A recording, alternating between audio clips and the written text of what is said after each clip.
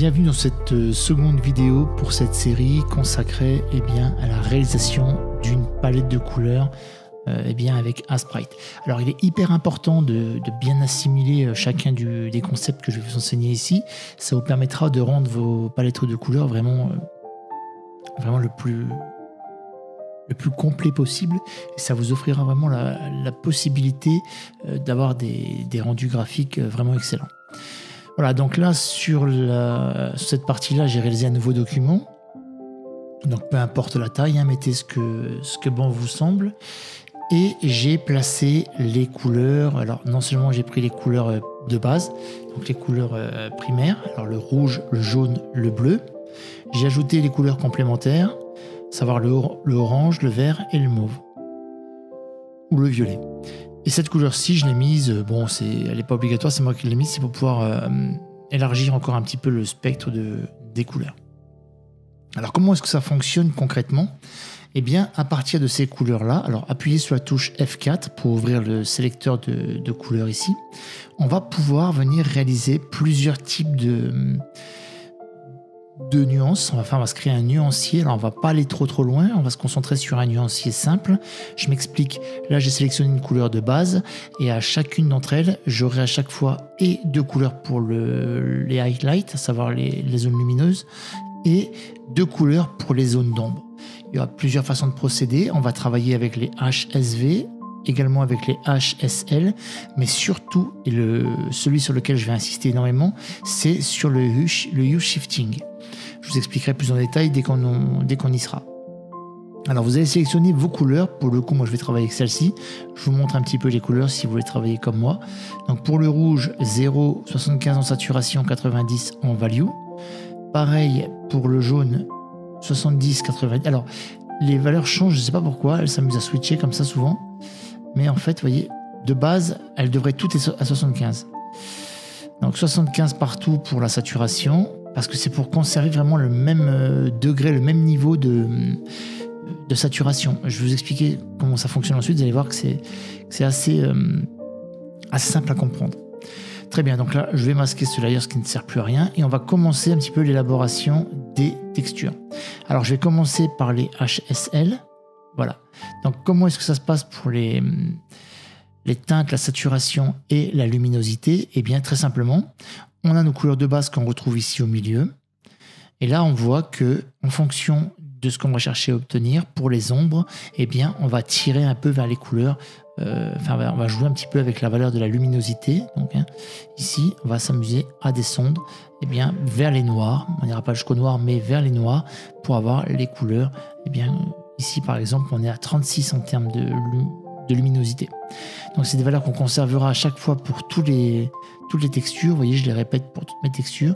C'est pour, encore une fois, conserver une régularité dans la texture et ne pas avoir 36 couleurs mélangées où ce serait pas forcément harmonieux et on ne retrouverait pas de belles textures. Pour les couleurs de luminosité, alors là le rouge plus foncé a une saturation en 94, en temps normal ça a dû être 95 et là 35 en lumière. A contrario, son opposé, donc la couleur la plus claire, sera 90 et 53 en saturation. Parce que oui, lorsqu'on travaille avec le format HSL, lorsqu'on augmente la saturation, lorsqu'on baisse la saturation, on augmente la luminosité. Là, c'est pour travailler les couleurs claires, les highlights. A contrario, lorsque vous travaillez les couleurs foncées, vous allez avoir cette tendance à baisser la luminosité et augmenter donc la saturation. Voilà pour les HSL. Donc j'ai gardé les mêmes éléments de couleur et là on se retrouve avec des couleurs un peu pastel. Vous voyez sur les tons lumineux, on a des couleurs qui sont un peu plus pâles. On part vraiment sur quelque chose de relativement pâle. Donc là, je vais activer les HSV et je vais activer également le calque HSV. Donc voilà, pour les HSV, c'est le même principe, hormis que là, on va travailler avec la valeur. Donc au niveau de la valeur, ça va être l'intensité de la couleur. Est-ce qu'on va la pousser à son paroxysme? Donc on va la travailler vraiment pour obtenir une couleur. On va vraiment tirer sur la couleur. On prend exemple le rouge ici. Et on voit que lorsque je monte la value à 90, on obtient quand même du moins à 100, parce que je sais pour la plus haute valeur possible en termes de lumière, et bien là on se rend compte que déjà avec une saturation à 40%, on a quelque chose de quasiment rose. Et j'aurais pu encore aller beaucoup plus loin avec cette couleur, hein. On aurait très bien pu dire, je ne sais pas, disons voir ici, si on avait travaillé avec plus de 5 couleurs, on aurait pu également laisser la valeur à 100 ici et mettre par exemple une valeur à 20 ici pour pousser encore la lumière jusqu'à justement obtenir, je sais pas, je vais dire 5 ici, voilà, quasiment un blanc pour aller plus loin dans le nuancier. Voilà, donc ça marche pour toutes les couleurs. Là, on a vraiment l'aspect on a une couleur qui est un peu plus... ça joue moins sur la luminosité, on peut le voir, hein, la texture devient moins pâle, on conserve ces éléments de couleur, mais malgré tout, on obtient des résultats satisfaisants. Donc enfin, et celui qui m'intéresse le plus dans cette vidéo, c'est avec celui-ci que je travaille. Je trouve que c'est une méthode qui fonctionne plutôt très très bien, et je vous invite vraiment à travailler avec également. Il va s'agir du hue shifting. Je m'explique, voilà. Donc là, on va partir du principe que la lumière que les objets sont éclairés, les couleurs sont éclairées par le soleil. Donc, on va dire que tout ce qui va partir vers la lumière va être tendance à être éclairé par des couleurs jaunes, chaudes, et à contrario, tout ce qui sera vers les ombres sera plutôt de tonalité un peu mauve. Donc là, qu'est-ce qui se passe? Eh bien, un rouge de base, donc c'est le même rouge, hein, pour les trois, hein, vous voyez, eh bien, aura tendance à devenir orangé. Pourquoi? Parce que lorsqu'on va déplacer, on va plus travailler avec les deux sélecteurs, donc saturation et value, donc on peut rester sans aucun souci dans le HSV, hein, mais lorsqu'on va travailler, on va plus avoir cette tendance à dire bon bah là je voudrais la couleur orange. On va travailler donc la saturation, la value, et on va déplacer donc l'onglet teinte. Donc là, par exemple, pour aller vers les tons orange, car comme je vous l'ai dit, lorsqu'on veut travailler la lumière, les couleurs auront tendance à aller vers le jaune. Donc on va déplacer notre sélecteur vers les couleurs jaunes. Là, j'ai pris cette valeur-là puisque je me trouvais ici au niveau de la roue des couleurs, en fait la bande des couleurs. Au niveau donc de la couleur supérieure, vous voyez que là, je me déplace complètement vers le jaune. Je désature l'image à 50%. J'aurais même pu désaturer à 35%. Ça aurait donné encore un peu plus d'effet. Mais c'est vrai que 50%, c'était pas trop mal. Et je booste la value au maximum à 98. J'aurais même pu la pousser à 100 pour l'exercice. C'est vrai que ça aurait pas changé grand-chose, mais bon. Et voilà, donc, et à contrario, comme je vous le disais, lorsqu'on descend, vous voyez que là, je prends des valeurs qui vont se diriger vers les mauves jusqu'à aller au mauve foncé ici. Toujours en déplaçant notre sélecteur de couleurs. Et ça vous permet d'avoir des résultats vraiment sympas. Vous allez voir, je vais vous montrer sur l'exemple ici. Voilà. Donc là, si on prend par exemple cette sphère, alors là, on a l'intensité lumineuse qui arrive par le coin supérieur gauche. On peut voir donc sur ces trois sphères, donc elles respectent bien cet ordre-là. J'ai appliqué mes couleurs que j'ai réalisées donc à gauche avec l'ordre de texture. Donc là, on reprend cette couleur-ci qui est choisie pour celle-là. Vous voyez, là, donc là, on a l'exemple en HSL, là en HSV et là en hue shifting. Clairement, la texture en hue shifting est quand même beaucoup plus vive. Elle attire plus l'œil. Je la trouve vraiment, vraiment super à utiliser et ça vous rend hyper bien les graphismes. Donc, conclusion. Le hue shifting, il faut l'utiliser vraiment avec, j'ai envie de dire, sans hésitation. Ça permet d'avoir des textures vivantes, ça vous permet de faire de belles palettes de couleurs. Donc là, ça a été une palette de couleurs pour l'exemple, hein, mais vraiment, vous devriez ne pas avoir trop de mal à l'utiliser, puisque finalement, c'est ce qui fait ressortir au mieux, j'ai envie de dire, vos textures et vos univers. Donc pour le jeu vidéo, par exemple, il faut bien garder à l'esprit que le hue shifting pourra être une bonne option, parce qu'en fait tout ce que vous allez avoir au premier plan, les personnages, les items, les props, enfin peu importe, auront tendance à avoir des couleurs vives et saturées, et vous pourriez éventuellement conserver sur le même sur la même base de couleurs, et bien utiliser des couleurs par exemple en HSV qui vont elles être un peu plus ternes, si je puis dire ça ainsi, mais pour le fond du décor, ce qui fait que tout ce qui sera en premier plan se détachera bien et vous allez avoir un rendu vraiment mais vraiment agréable. Donc voilà, au niveau de l'élaboration des textures, comment est-ce que j'ai fonctionné? Alors je ne vais pas tout passer en détail, on va travailler sur le hue shifting.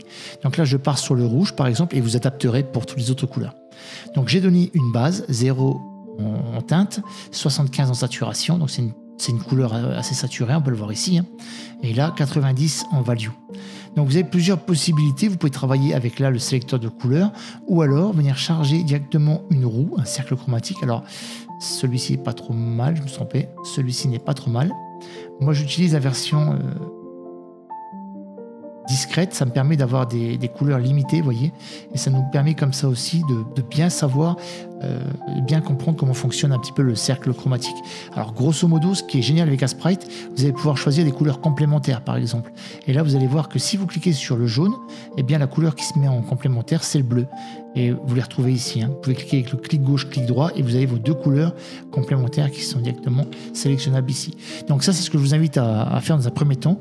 Amusez-vous à trifouiller un petit peu là-dedans, prenez des couleurs complémentaires dans un premier temps, voilà, elles se mettent automatiquement, donc vous prenez celle-ci, clic gauche, clic droit, vous venez les placer ici et vous vous amusez à faire comme ça des déclinaisons de couleurs. Donc ça c'était pour la petite information, je voulais le souligner parce que je trouve que c'est un très bon assist pour pouvoir commencer à apprendre et puis à développer ses propres palettes. Donc voilà. Donc concrètement, comment est-ce qu'on va faire pour travailler en termes de couleurs, pour choisir ces bonnes tonalités? On va travailler avec le rouge. Alors j'y vais, je prends ma couleur rouge et là je décide de travailler donc les tonalités lumineuses. Qu'est-ce qu'on avait dit? On avait dit que la teinte devait se diriger vers les couleurs jaunes. Donc là on va prendre une teinte orangée. Donc on passera la teinte à 30 à peu près. En termes de saturation, on va descendre. On passera de 75 à 60. On descendra de 15. Et en termes de value, de 90, on augmentera à 95. Je ne sais pas pourquoi ça change tout le temps comme ça, mais normalement, les vraies valeurs sont celles-ci. Oui, ça ne change rien en fait, mais bon, ce sont les vraies valeurs. Au niveau de la dernière texture de lumière, on fera pareil. Donc de 59, on passera à 49. De 94, on passera à 100. Et on augmentera juste la valeur ici à 40 pour se diriger encore vers les jaunes et avoir une texture encore plus claire. Donc voilà le système de fonctionnement. On fera pareil donc dans l'autre sens cette fois-ci pour la couleur des ombres, enfin pour les textures d'ombre. Et là on va choisir donc de passer le sélecteur parce que de base on est là. Le sélecteur de la teinte passera ici et nous on va le changer. Donc on va le faire descendre à 325 ici, 80 en saturation, car oui quand on part vers les ombres on augmente la saturation et on va baisser un petit peu la value pour avoir des couleurs plus foncées. Et on fera le même système cette fois-ci pour la dernière couleur parce que j'avais dit qu'on travaillerait sur 5 couleurs à chaque fois. Et donc là, on aura une value de 55, on aura une saturation de 90 et nous serons passés à 300 en termes de teinte au lieu des 325 précédemment.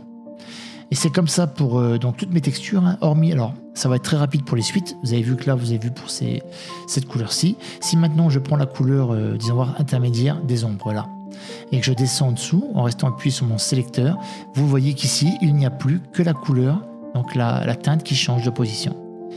Les autres couleurs, les autres valeurs pardon, ne changent pas, hormis pour là, mais là j'ai pas fini cette texture. Donc là pour les 6 couleurs, les valeurs restent les mêmes. Vous pouvez faire ça pour tout et pour tout, vous voyez que ce sera partout pareil. Pourquoi? Ça permet, comme je vous l'ai dit au début de vidéo, de conserver eh bien, une harmonie de couleurs. Et ça fait que lorsque vous allez travailler dans votre projet de texture, vous aurez des textures bien harmonieuses, bien harmonieuses entre elles. Et ça vous rendra vraiment très très bien. Donc voilà qui termine cette assez longue vidéo. Pour le coup, je vous donne rendez-vous très prochainement pour un autre épisode. En attendant, écoutez, n'oubliez pas de mettre un petit like si la vidéo vous a bien plu, un petit commentaire également. N'oubliez pas de vous abonner. À très bientôt. Ciao, ciao.